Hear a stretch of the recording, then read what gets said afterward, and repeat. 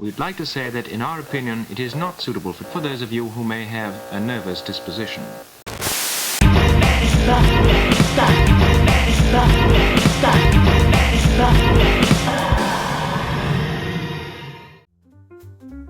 And so, the plot thickens. So I thought I'd do another update just to document where things are up to. And man alive, this is a crazy hobby. From picking up a paintbrush after 20 odd years to thinking I've got the stones to make my own game, I'm exercising a special kind of foolish courage. But I'm compelled to keep going, so here's a breakdown of everything I've been thinking about or trying over the last couple of weeks.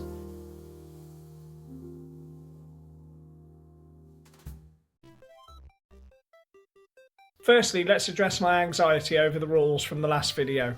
So I did that play test and I tried it all out, but I felt like I was flipping backwards and forwards between the PDF. I started to think about maybe doing it as not one-page rules, but taking stuff out. So anyway, I start taking bits out and then it doesn't feel so good. I lose some of the flavour, and the more I struggle, the tighter the net gets. So I think sack that off. I'll look at tarting up the rules. So anyway, the PDF itself was pretty plain. I'd got all the rules down, but it hadn't got much flair. So I made a little theme for it that looks like this. Now you'll notice that there are black boxes. Every one of those black boxes has rules in them. And on that weekend, my family asked to give the game a go. This brings up another point. I'd initially made it as a solo play game because I tend to play these games on my own. But anyway, my kids and my wife are interested in playing the game, so I was like, yeah, I think it can work as a multiplayer. I try it out and we have the most fun. It's not... Is it better? It's kind of better. I mean, solo play definitely worked, but multiplayer, we had a laugh doing it. And during our playthrough, now that I'd changed the theme, I suddenly found that as long as I was looking for black boxes, I went straight to the rules. I don't think I do need to thin it down. It was something I hadn't thought about. Every aspect of gaming, especially if you want to make a game, I think, is important. When it was just plain text, I couldn't find anything. I decided to make it look a bit more snazzy, and all of a sudden the problem solved itself. Now, given that I was out of the woods on that point, I then started to think about one other thing. My brother had mentioned that it would be cool, considering I make some music, to make kind of a background theme like you would put on a kind of lo-fi fantasy thing, just to give the setting. So anyway, I make this just over an hour long crazy background music.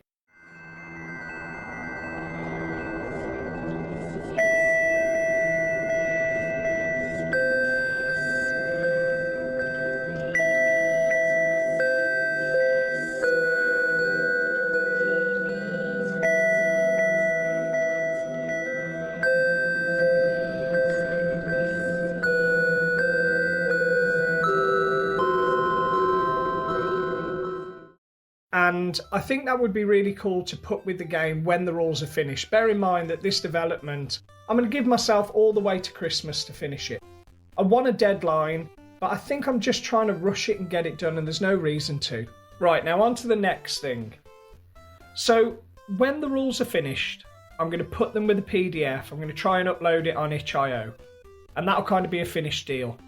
But I would kind of like a physical copy of them too. So I start looking online, seeing how much it costs to get a tiny little run, because it's no good having a bunch of books, is there? In case nobody else wants them. So I'm thinking like 1-2 books. Well, it's not that expensive, but it just feels a bit full of myself getting the books printed.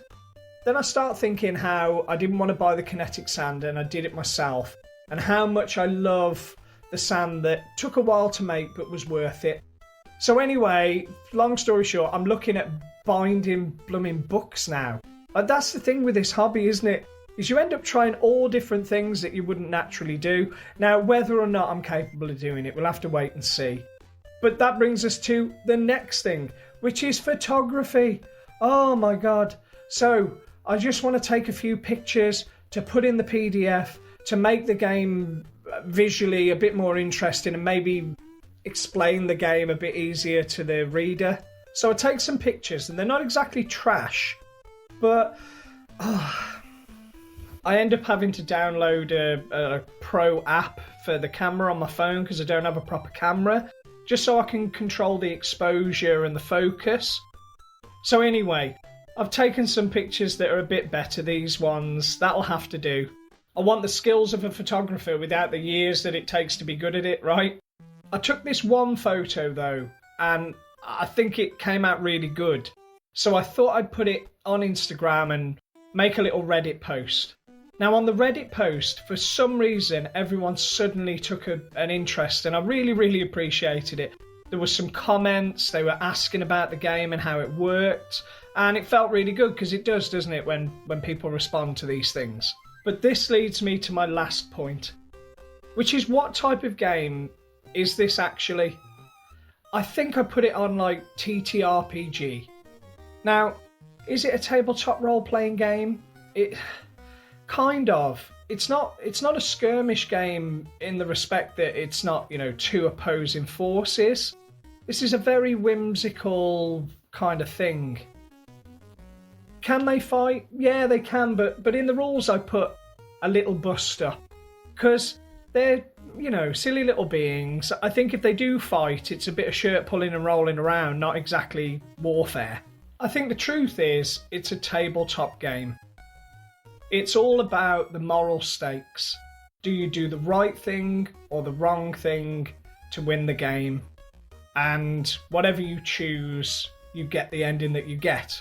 Now, when I played it with my family, the first game that we played, it had a down ending. The boys had some fun, bashing each other around and messing with each other's rituals. But of course, that caused a lot of negativity. It added up the Discord points, and we got a Discord ending. And I don't think they were too satisfied. So the second time that we played the game, they made much more effort to help each other out and to gather up harmony points on purpose to get a kind of positive ending. And I didn't instigate that, I didn't say anything, but that's kind of what I wanted from the game, was people to do the right thing to win. So in conclusion, there's still a lot to do, but I'm having lots and lots of fun doing it, and it's definitely been worth it. For anyone who's taken an interest in the game, whether it's in person or online, it means the world to me, it genuinely does. So if you have any thoughts about what I've talked about here, about having mood music for playing your games, what the definition of games should really be, how to photograph miniatures, or whether you've ever tried to bind your own rules, that's crazy, that stuff. Yeah. I am going to be doing that. But anyway, if you're with me at this point in the video, thank you so much for walking alongside me, and I'll see you next time.